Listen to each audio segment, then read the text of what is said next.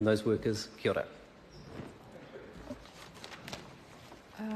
I call Andrew Falloon. Thank you, Madam Speaker. It's a pleasure to be taking a call on a Crown Minerals bill that the entire Parliament can support. It's really fantastic to hear the Greens are supporting it, and I can only assume that David Seymour will be as well. So congratulations to Parliament on supporting a Crown Minerals bill. I can only surmise that the reason for that was because it was prepared by a former national government. It's a very straightforward bill, as has been said this afternoon by a number of speakers. The primary requirement in it is that parties seek consent for a change in control of a Tier 1 permit 3 months before the change is intended to take place, and also sets down a number of requirements or tests that a minister needs to be satisfied that are met, particularly around health and safety and also the Maritime Transport Act.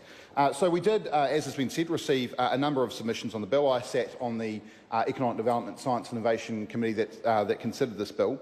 One of the other changes that is also contained in the bill that we consider, or at least I considered at length, is in relation to the bill clarifies that an access arrangement is needed for access to Schedule 4 land for minimum impact activities. And that intrigued me a bit because, as has been said by Gareth Hughes, there has been a lot of discussion quite a few years ago now about the level of activity that should or does occur on Schedule 4 land. So I went off and did a bit of research around that, just to see what is meant by that provision and what already exists on Schedule 4 land. I was intrigued to find there's at least 3 mining permits on Schedule 4 land already. One was granted in 1996 for public recreational gold mining on the West Coast. Another one was granted in 2000 and relates to underground mining for quartz, gold, silver and clay at the Broken Hills in the Coromandel. And the third one is from 2005, where a consent was granted for gold and gemstone mining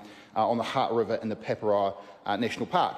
And so there is, I guess, despite what Mr Hughes has said previously, already a level of activity that does occur on Schedule 4 land. We did receive 11 submissions on the bill.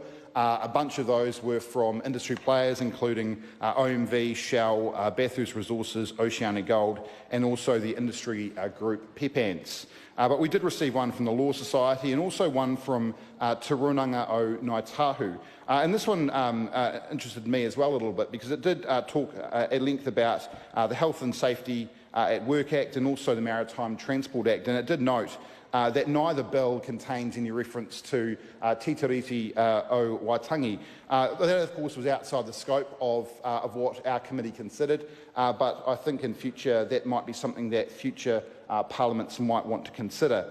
As I've said, they were predominantly industry groups, but there were a bunch, or a couple at least, from environmental lobby groups as well, and I think Gareth Hughes has touched on that. And the first one of those was from Protect Karangahaki Incorporated, and they were concerned that there had been insufficient consultation on the bill. They go on to say that there was no consultation with any environmental or public interest group in relation to the bill. That comment was, I was going to say echoed, but it was also voiced by a group called ECHO, the Environmental and Conservation Organisations in New Zealand, which is an umbrella group of 48 environmental and conservation groups.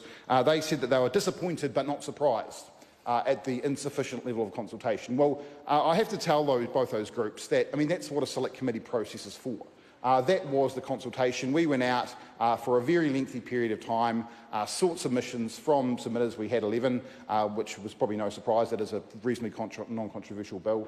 But that was consultation. They were able to come along to Wellington and speak to their submission and make their views known on the bill, which they did. And as Gareth Hughes has mentioned, the Select Committee did consider their submissions and did make some changes, actually based on their submissions. And so I thank them for that. I do have to contrast that process, though, with I made reference earlier to a previous Crown Minerals Amendment Bill, and we had a very lengthy period of time on this Crown Minerals Bill, quite a few months we took to consider it. We went out, we sought lengthy submissions from submitters, and that unfortunately didn't happen with another Crown Minerals Amendment Bill. And I know the Speaker is looking at me now because I have to stick to the bill, the current bill, which I will. But it did just really highlight to me that there was a very non-controversial bill that we had a full Select Committee process on, several months that we considered the bill for, and there was another Crown Minerals Amendment Bill, which was far more dramatic and had nothing like the Select Committee process, in fact only a matter of weeks. And so I think the government should reflect on that and perhaps when they do bring controversial legislation to the House, do give it the period of time it deserves. This bill is non-controversial, and so I don't want to delay it any further, and I commend it to the House. This next call is a split call, and I call Jo Luxton. Thank you, Madam Speaker. I'm really pleased to stand